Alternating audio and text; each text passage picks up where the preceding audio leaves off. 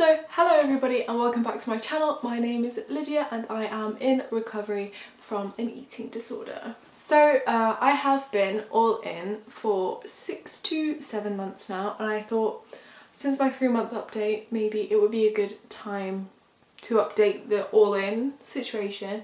I did film a big update video a couple of weeks ago, but things have moved on since then. As we all know, I did struggle with the start of school, but I have processed this struggle and overcome it, and now I'm struggling more being at home, but it's all very complicated and not very fun, but I am fine. Like, I'm better than I was. So I am still all in. I have always been all in, but I just wanted to address the relapse that happened. I think maybe from like the middle of month 4, to be honest. Like, I think it started earlier than I thought it did. Like the middle of month 4 to literally the end of month 6, there was a relapse thing that took place. I think it was triggered by just stress because I had my UCAT exams and I also had the start of school again after not being at school for literally my whole recovery journey.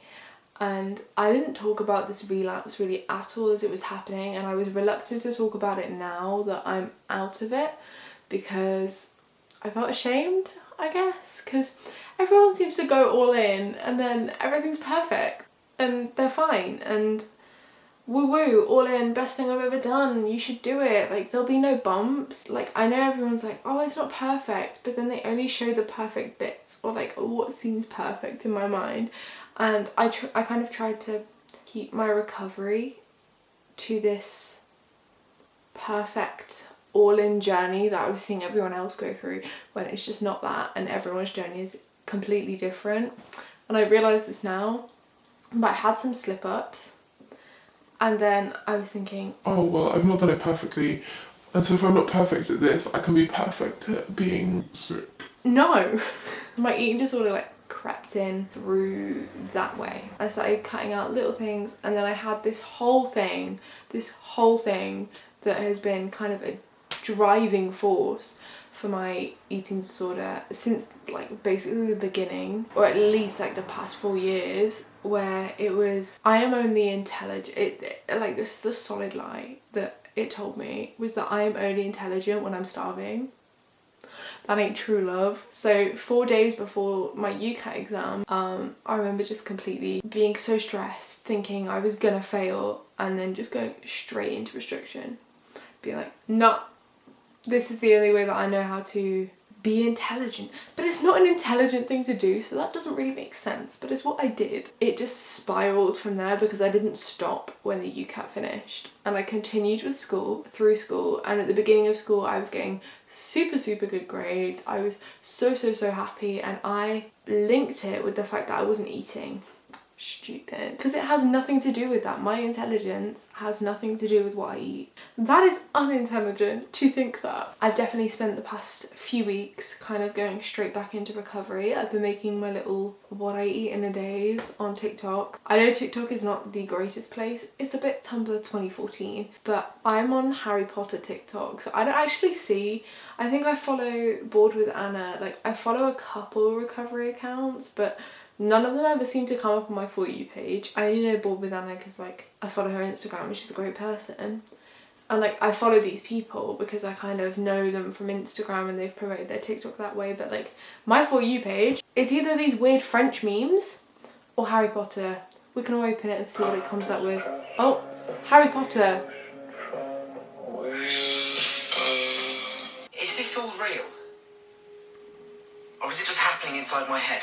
Of course it's happening inside your head, Harry. Yes.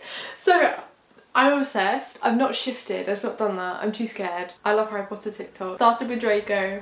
It has spiraled. My recovery stuff on my TikTok is not influenced by what other people eat or like anything like that, because I don't watch them, because I watch certain people's who I know like they're not restricting, or like I don't compare myself to them, so that's all Gucci. Don't use TikTok for the wrong reasons. We all know that people do. And so that is my recovery thing at the moment. Like I've spent like the last week fully back in recovery. That was a relapse. We ain't relapsing anymore because we don't want to die. I have managed to get some really good grades, some of the best I've got all year whilst eating. So clearly there is no link. So I'm just glad that I finally managed to prove to myself that I can be smart and intelligent at the same time as eating. 6 months all in, here's where I'm at. Going through bloating again because my all-in journey has not been linear. And I know no one's all-in journey has been linear and that everyone struggles, especially with like body image, etc. But I'm annoyed that I relapsed again. I relapsed in the 2nd month, I relapsed in the 4th month. My 2nd month one though was like only a week long, like it was a really small one. The one that I just had was slightly bigger and scarier, and everything happened so fast. My hormones are all out of whack. In fact, one thing that is a bit worrying is that my period's gone for 2 months now, and it's just a bit like because I'm not as low as I was weight-wise when I lost my period, when I was fully in my eating disorder, but I think it might just be the speed that everything happened.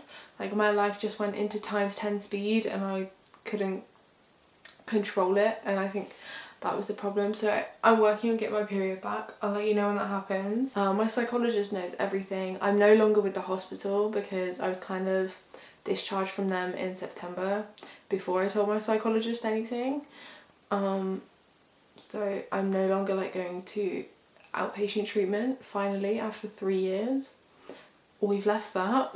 But I'm still in a much better place than, I mean, this time last year I was in hospital, so I have made so much progress, and the past 6 months of all in recovery, like I am still so much further along than I was at the start, and this is just part of the process. So I'm gonna answer some of your little questions, and then I was thinking my challenge for today is to go to the supermarket with my mum and buy food, because I'm home for 2 weeks from boarding school because it's half term and I need food, and my family don't always get the food that I like, and there's food that I really like and that I really want to eat that I've not eaten in so long because my head is stupid. I'm gonna answer your questions and then I will take you along with me to the supermarket. This is the most annoying thing. I just answered the questions and then my phone ran out of, no, not my phone, because I don't film on my phone normally. My camera ran out of charge and then the file got corrupted. I'm just gonna sit here and answer the questions because I know exactly what the questions were. So, someone asked, bloating. Yes, bloating is a main problem in my life right now. No, it's not a problem. It's a part of recovery. I feel like a lot of people go through it, especially when they're recovering from a restrictive eating disorder, regardless of their weight. Like, you don't need to be underweight to bloat. So bloating is a thing. When I like first started like coming back in straight after my relapse, well, I would bloat after like a tiny bit of food, and that was quite distressing, I guess. Like, that was difficult to deal with, but it's moving on. I can now eat a meal before bloating, and it's just like something that you have to kind of build up progressively, like your tolerance until you bloat, and that is something that I am currently doing. My tips for it would be hot water bottles. So I use a hot water bottle like in the evening when I do schoolwork, when I'm at school, and like this first week of the holidays because I want to try and get all my schoolwork done in the first week and then have the second week off. Legs up on the wall, that's another good one. And then I found one recently that's like, if you lie on your right side with a towel kind of supporting you there, then you kind of get rid of, like, it moves your colon faster or something. It just speeds up your digestive system, apparently. It is quite nice, like it does ease the bloating. I'm not quite sure how, but it does. And then you've got like, just the bloat. The bloat is the bloat. You have to accept it. The bloat does not mean that you've gained 20 kilograms in a day. It's just not the case. The bloat just means that you're holding some water.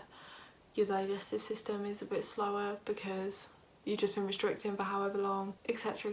Like, you're fixing yourself, and the bloat is just your body fixing itself if that makes sense. The next question was, do I have any cravings? Yes. Carrot cake. I've got like this weird obsession, like an actual obsession with carrot cake. And it's kind of annoying but kind of a vibe. I will eat carrot cake pretty much every day. I will eat carrot cake flavoured like oatmeal porridge. I even made carrot cake pancakes that tasted... I am making a carrot cake tomorrow because I've run out of carrot cake. So I absolutely love carrot cake. I don't know what it is. I think it's also the kind of time of year, like it's autumnal. I love carrot cake with a passion. So a lot of carrot cake, and then chai lattes. I really like those. I crave them sometimes. I'm just like, I really need a chai latte. I mean, before it was Greek yogurts, but I kind of gone off Greek yogurts a bit. I ate them so much. Natural yogurt though, natural yogurt and honey. And kiwis. So that is currently my cravings, and then obviously carbs just all the time. I don't think there's any other cravings. Cravings are pretty normal. The next question was in French, and it was, do you still weigh yourself? No.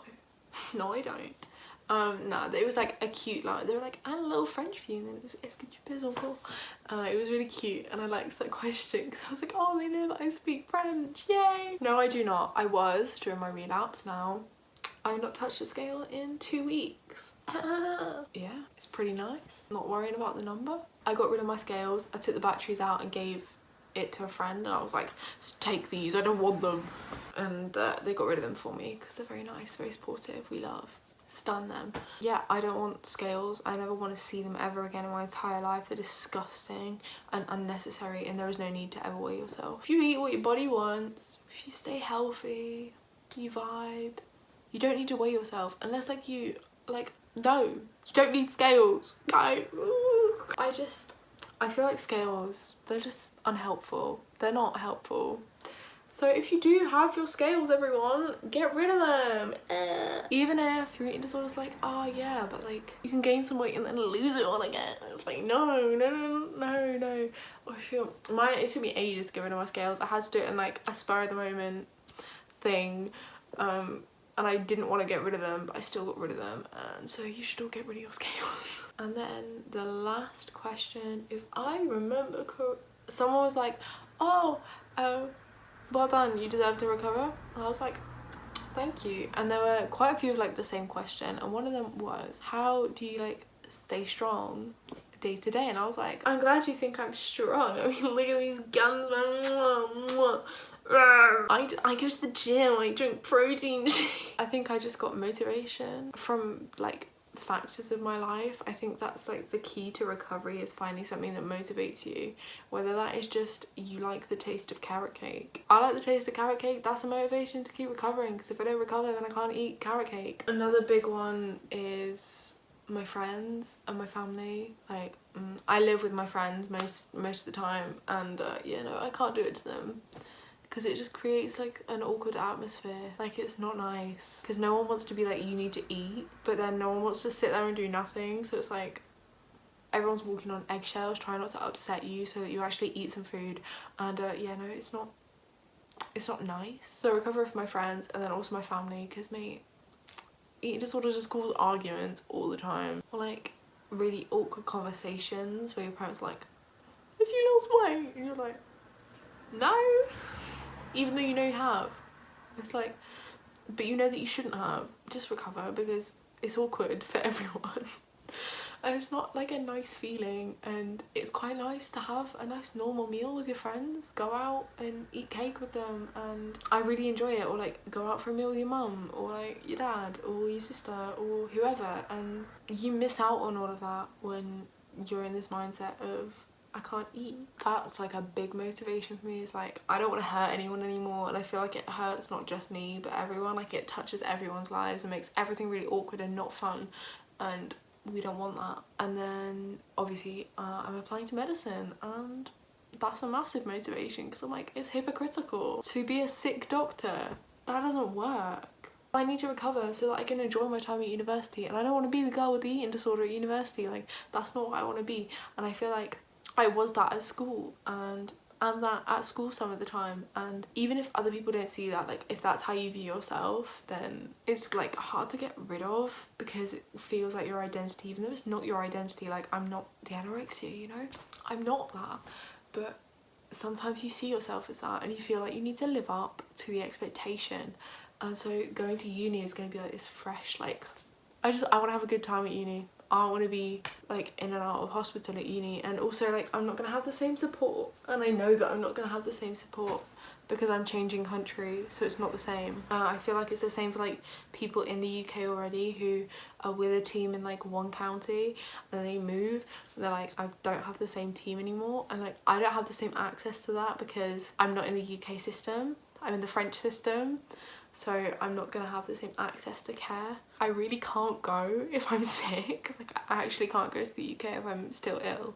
So I need to be like much further on in my recovery and much like doing well. Obviously the help is there, like I can access it if I try, but it's just like hard to get started, and I don't really want to like access that in the UK. Like, not that I don't think the UK is good, I don't want to spend more time in treatment, really. Like I've already spent like my whole teenage life in treatment, like from 13 to 17. Like I'm kind of out of treatment now because I'm no longer with the hospital because things have changed. I'm still with the same psychologist, so I'm still in treatment but not. But I just spent 3 years of my life, 4 years of my life in outpatient treatment and sometimes inpatient, and no. So yeah, I'm gonna go shopping now. This is so annoying, but the footage from shopping got corrupted.